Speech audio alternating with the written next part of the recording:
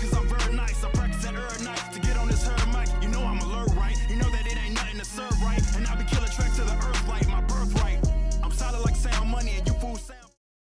Welcome to 3 Count Commentaries. It's your boy MagMongoSlade. Let's talk about Smackdown from August the 6th, 2021. And it was a show. It had a hot ending and a decent beginning.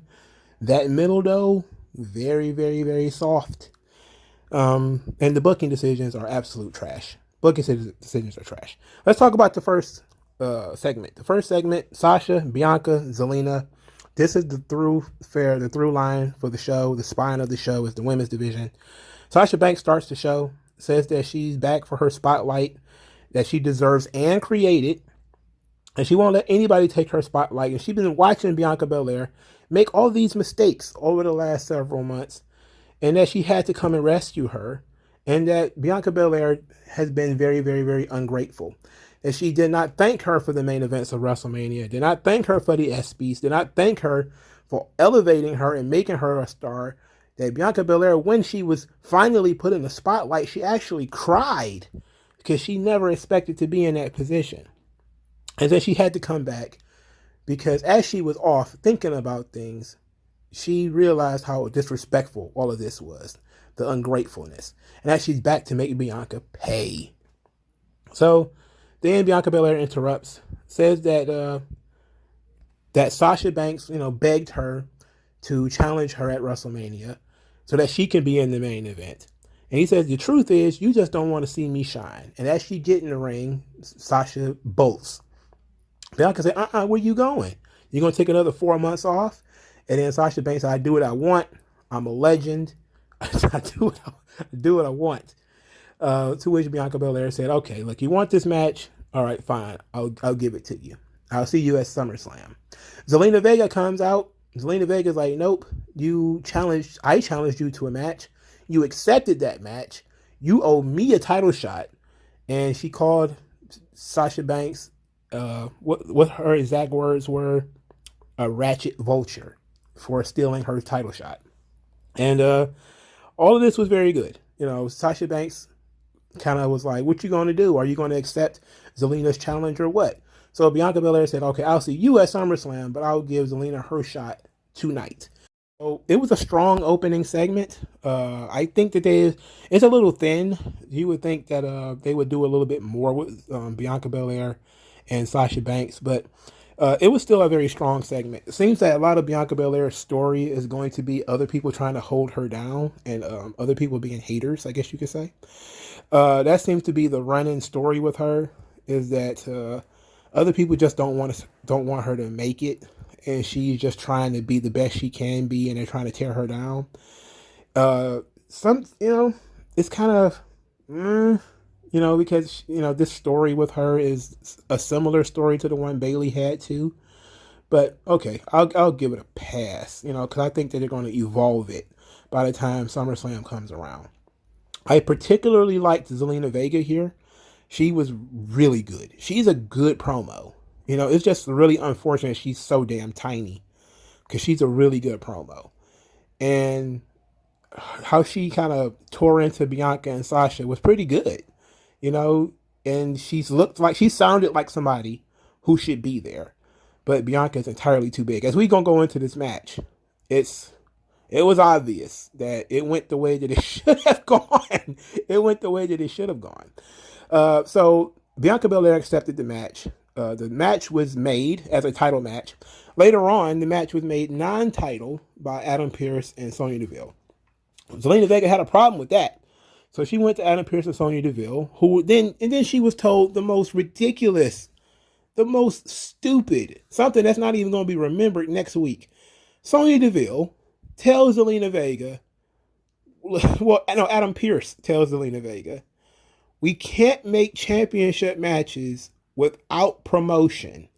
And then Sonya Deville tells ZELINA Vega, Bianca Belair doesn't make the matches. I do. And I'm just sitting there like, what? All of this time, these people have just been making their own matches, and there have been all of these pop-up title matches with no promotion.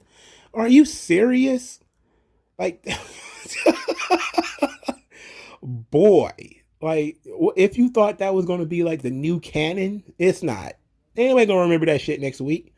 Most people probably didn't even remember that shit by the time the show ended.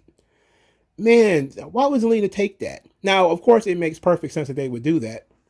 Zelina Vega has won 0 matches since she came back. She just getting a title shot because she challenged the champion. Doesn't make that much sense. So they did I guess they kind of got themselves in a logic knot here where where it was kind of like, well, she did have a verbal contract for the title match, though she didn't deserve it. But now that you can't have a verbal contract in WWE anymore. It's stupid. This is all silly, and it's not going to stick. It's just bullshit for the story in the moment.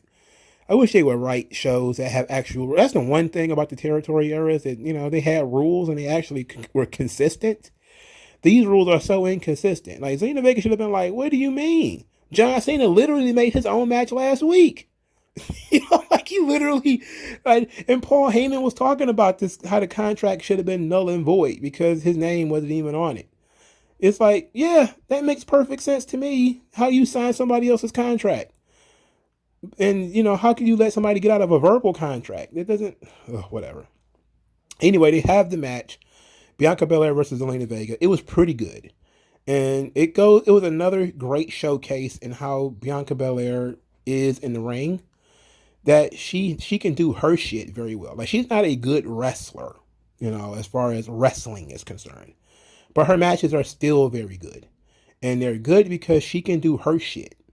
So, it's pretty much, I guess you could say, well planned out, pretty choreographed ahead of time. But she doesn't really botch a lot of her shit. Like, when she does her strength spots and stuff like that, it's actually pretty good. Like, when she did when Zelina Vega jumped on her back and, she pulled Zelina Vega to the front and did a snap suplex. Like, that was fucking cool. But she can only do that with people who are much smaller than she is. So it was a fun match. I thought I got a pretty good kick out of Zelina Vega and Bianca Belair. The match was a little bit of a distraction from all of the releases. I'm just going to be honest. All of the people getting fired in like the middle of SmackDown. I was like, wow. We're telling everybody that everybody's fired in the middle of SmackDown now. So that was a bit of a takeaway from it, but the match itself was still pretty solid. And I'm okay with the storyline going into the match at SummerSlam. They just needed a reason for the match to happen.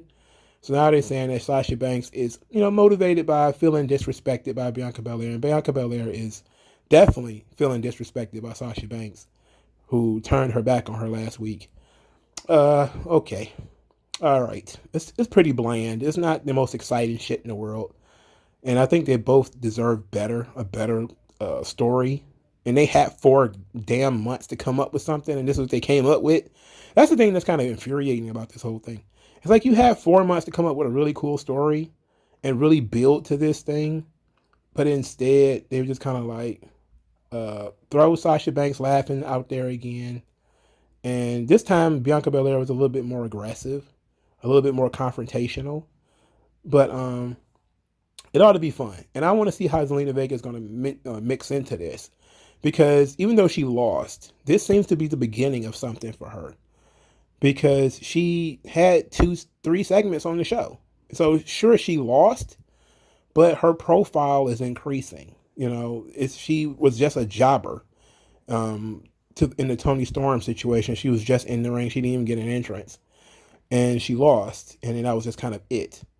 But now they're putting some focus on her, where she got to cut a promo with Bianca and Sasha. Then she got to talk to Adam Pearce in a scene where, they basically told her, some bullshit. And maybe she's going to, respond much like Seth Rollins in this position where she's going to, screw up the match or something.